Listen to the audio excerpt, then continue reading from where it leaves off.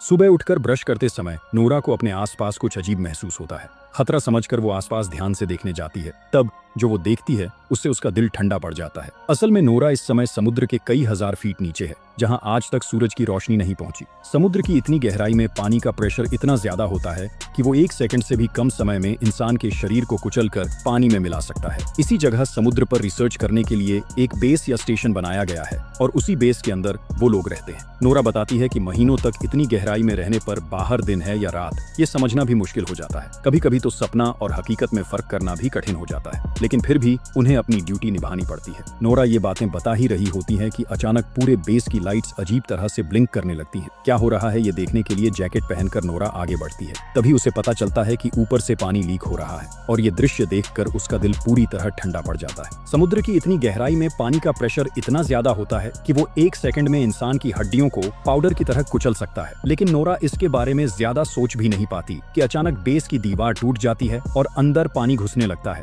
अपनी जान बचाने के लिए नोरा पूरी ताकत से दूसरे कॉरिडोर की तरफ दौड़ने लगती है और सो रहे दूसरे क्रू मेंबर्स को जगाने की कोशिश करती है। ऐसा खौफनाक मंजर देखकर वहां मौजूद सभी लोग चिल्लाते हुए नोरा के पीछे दौड़ने लगते हैं। काफी कोशिश के बाद वो लोग एक दूसरे रूम तक पहुंच जाते हैं, लेकिन उस रूम के डोर का सिस्टम फेल हो चुका होता है, इसलिए वो किसी भी तरह लॉक नहीं हो रहा था। समय बर्बाद किए बिना नोरा जल्दी से अपने हाथों से उस डोर के सिक्योरिटी सिस्टम को ठीक करने लगती है। तभी वो देखती है कि कई क्रू मेंबर्स पानी से लड़ते हुए अपनी जान बचाने के लिए उनकी तरफ दौड़ रहे हैं। नोरा चिल्लाकर उन्हें और तेज दौड़ने के लिए कहती है, लेकिन डोर तक पहुंचने से पहले ही समुद्र का पानी उन्हें पूरी तरह निगल लेता है। ये भयानक दृश्य देखकर उनमें से एक नोरा से कहता है कि जल्दी से डोर बंद कर दो, वरना सब मर जाएंगे। आखिरकार नोरा फिर से बटन दबा देती है और आखिरी पल में जोरदार आवाज के साथ गेट बंद हो जाता है। कुछ ही सेकंड में सब कुछ फिर से अजीब तरह से शांत हो जाता है। थोड़ी देर बाद उनका एक साथी रोड्रिगो कहता है कि शायद कोई बड़ा भूकंप आया होगा, वरना ऐसा होना मुश्किल है। इसके बाद वो लोग कंट्रोल रूम से संपर्क करने की कोशिश करते हैं, लेकिन वहां से कोई जवाब नहीं आता। मतलब कंट्रोल रूम से उनका पूरा संपर्क टूट चुका था। उसी समय उन्हें एक दिल दहला देने वाली अजीब आवाज सुनाई देती है।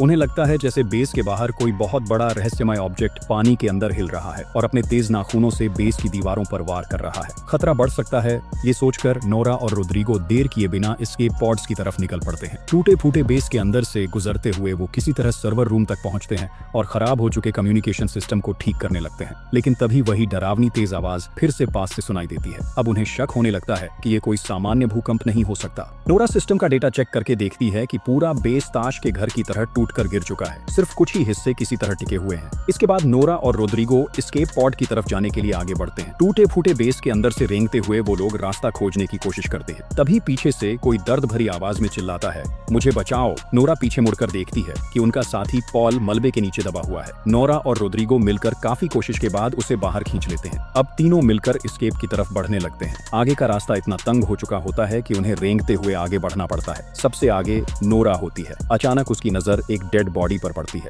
उस आदमी की आंखें अभी भी खुली हुई थी और उनमें इतना डर था कि लगता था मरने से ठीक पहले उसने कोई बहुत डरावनी चीज देखी थी। ये दृश्य देखकर उनके मन में डर बैठ जाता है कि शायद समुद्र की गहराई में कोई भयानक चीज जाग चुकी है जो इंसानी कल्पना से भी बाहर है। काफी मुश्किलों के बाद वो लोग आखिरकार पॉड रूम तक पहुंच जाते हैं, लेकिन पॉड रूम में पहुंचकर उनके पैरों तले जमीन खिसक जाती है क्योंकि वहां एक भी एस्केप पॉड नहीं बचा था। वहां सिर्फ कैप्टन लूसियन खड़े थे, लेकिन डोर लॉक होने की वजह से वो अंदर फंसे हुए थे। नोरा किसी तरह बाहर से डोर खोल देती है। बाहर आने के बाद कैप्टन बताते हैं कि जितने भी पॉड्स थे उनमें बाकी क्रू मेंबर्स को पानी की सतह की तरफ भेज दिया गया है। अब उन्हें किसी भी तरह सबमर्सिबल रूम तक पहुंचना होगा। नोरा कैप्टन से कहती है कि पूरा बेस लगभग नष्ट हो चुका है। उन्हें ये भी नहीं पता कि कितने लोग अभी जिंदा हैं या वो खुद बच पाएंगे भी या नहीं। नोरा फिर कैप्टन से पूछती है कि आखिर ये सब हो क्या रहा है, क्या ये सच में भूकंप है या कुछ और। कैप्टन कहते हैं कि अपनी जिंदगी में उन्होंने पहली बार ऐसा कुछ देखा है, लेकिन अब उन्हें मिलकर इस स्थिति का सामना करना होगा। इसके बाद वो लोग कंट्रोल रूम की तरफ जाते हैं, जहां एमिली और स्मिथ पहले से ही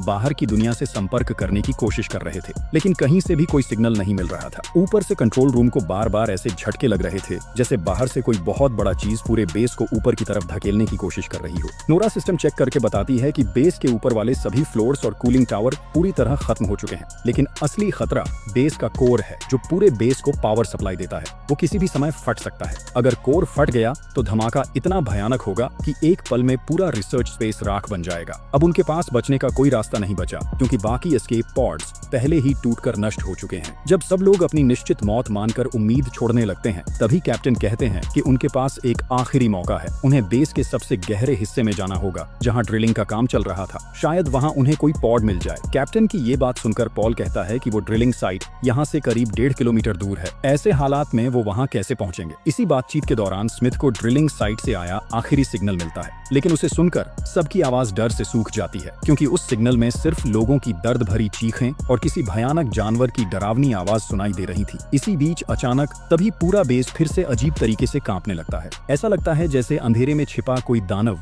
पूरे स्टेशन को खिलौने की तरह तोड़ देना चाहता हो। पॉल निराश होकर कहता है कि उन्हें इतनी गहराई तक ड्रिलिंग नहीं करनी चाहिए थी। शायद उन्होंने किसी ऐसे शैतान को जगा दिया है जिसे छेड़ना ही नहीं चाहिए था। कोई और रास्ता न होने की वजह से सब लोग भारी अंडरवाटर सूट्स पहन लेते हैं। अब ये सूट्स ही उनकी जिंदगी की आखिरी उम्मीद थे। लेकिन जैसे ही वो समुद्र की गहराई में कदम रखते हैं, अचानक रोड्रिगो के हेलमेट में दरार पड़ जाती है। पानी के भयानक प्रेशर से पलक झपकते ही उसका पूरा शरीर फटकर चकनाचूर हो जाता है। अपने साथी की ऐसी दर्दनाक मौत देखकर कोई भी खुद को संभाल नहीं पाता। नोरा जब इस काले गहरे समुद्र की तरफ देखती है तो उसे लगता है कि ये सन्नाटा अंतरिक्ष से भी ज्यादा डरावना है। साथी को खोने का दुख और मौत का डर लेकर वो किसी तरह कार्गो लिफ्ट की छत पर कूदते हैं और उसके अंदर घुस जाते हैं। तब कैप्टन सबको बताते हैं कि उन्हें जितनी जल्दी हो सके इस बेस से दूर जाना होगा, क्योंकि ये किसी भी समय ज्वालामुखी की तरह फट सकता है। इसके बाद लिफ्ट उन्हें लेकर समुद्र की ओर भी गहराई में उतरने लगती है। तभी लिफ्ट की स्क्रीन पर किसी पॉड से मदद का सिग्नल दिखाई देता है। कैप्टन जल्दी से लिफ्ट रोक देते हैं और पॉल व स्मिथ को कहते हैं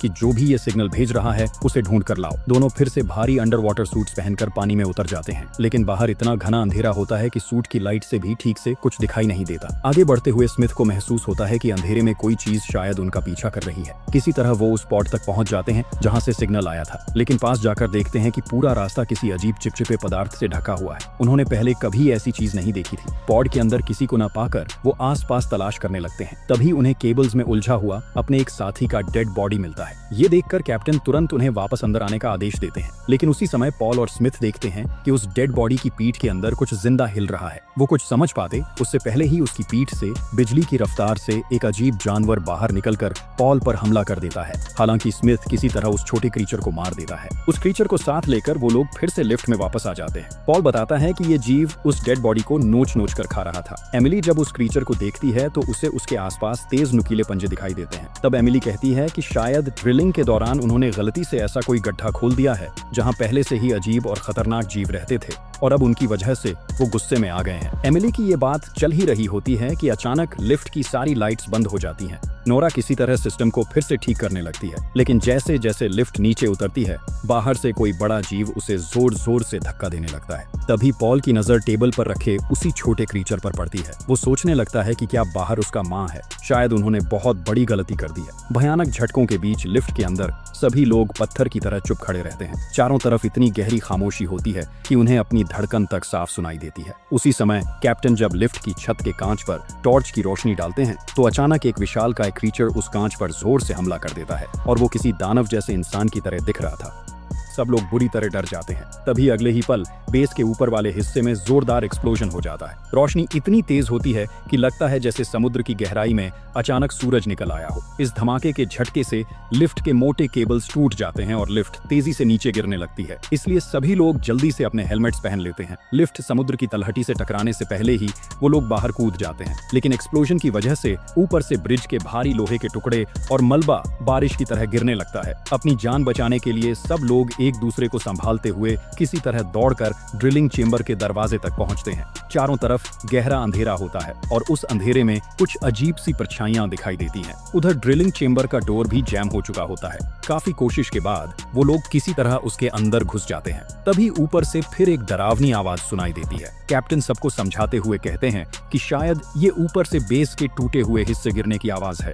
इसके बाद वो लोग उस सुरंग जैसे चेंबर के अंदर धीरे धीरे आगे बढ़ने लगते हैं। जैसे जैसे वो आगे बढ़ रहे थे रास्ता और भी संकरा होता जा रहा था। एक जगह पहुंचकर उन्हें पता चलता है कि आगे का रास्ता मलबे की वजह से पूरी तरह बंद हो चुका है। तब नोरा हिम्मत करके कहती है कि वो पानी के नीचे तैर कर दूसरी तरफ जाएगी। वो अपना हेलमेट ठीक से पहनकर पानी में डुबकी लगाती है और तैरते हुए दूसरी तरफ पहुंच जाती है। वहां पहुंचकर वो बाकी सबको भी आने का इशारा करती है। एक एक करके सब लोग दूसरी तरफ पहुंच जाते हैं, लेकिन सबसे आखिर में पॉल रह जाता है। तभी पॉल को महसूस होता है कि पीछे के अंधेरे पानी में कोई मौजूद है। जैसे ही वो पीछे मुड़कर देखता है एक अजीब क्रीचर पानी के अंदर गायब हो जाता है। कैप्टन उसे बार बार आवाज देते हैं, लेकिन पॉल की तरफ से कोई जवाब नहीं आता। मजबूर होकर सब लोग पॉल के सूट से जुड़ी केबल को पकड़कर जोर से खींचने लगते हैं। कुछ देर बाद पॉल उनके पास वापस आ जाता है और सब लोग राहत की सांस लेते हैं, लेकिन अगले ही पल पॉल की केबल को कोई अदृश्य ताकत दूसरी तरफ से जोर से खींच लेती है। डर के मारे पॉल चिल्लाने लगता है। बाकी सब लोग घबराकर केबल काटने की कोशिश करते हैं, लेकिन तब तक बहुत देर हो चुकी होती है। पलक झपकते ही पॉल के शरीर का एक हिस्सा उससे अलग हो जाता है। अचानक पॉल के हेलमेट में खून भरने लगता है और वहीं उसकी दर्दनाक मौत हो जाती है। ये देखकर बाकी सब डर और दहशत में अपनी जान बचाने के लिए वहां से भागने लगते हैं। कुछ देर बाद कैप्टन फिर से रेडियो के जरिए ऊपर की दुनिया से संपर्क करने की कोशिश करते हैं, लेकिन वहां से कोई जवाब नहीं आता। पॉल की मौत के बाद सब लोग पूरी तरह टूट चुके होते हैं। एक एक करके उनके साथी किसी अदृश्य ताकत के हाथों मारे जा रहे थे। तभी वो लोग एक कंट्रोल रूम में खड़े होते हैं, जहां से बाहर का डरावना नजारा साफ दिखाई देता है। उनके बेस स्टेशन की ड्रिलिंग मशीन इतनी बुरी तरह मुड़ी तुड़ी पड़ी होती है जैसे किसी ने उसे खिलौने की तरह तोड़ दिया हो। स्मिथ हैरान होकर कहता है कि 6000 टन वजन की ड्रिलिंग मशीन का इस तरह नष्ट होना क्या सच में संभव है? एमिली कांपते हुए कहती है कि ये सब उनकी गलती है। उन्होंने समुद्र की गहराई को छेड़ा है और अब समुद्र उनसे बदला ले रहा है। शायद उन्हें यहाँ आना ही नहीं चाहिए था। कैप्टन सबको शांत करते हुए कहते हैं कि उन्हें यहाँ ज्यादा देर नहीं रुकना चाहिए।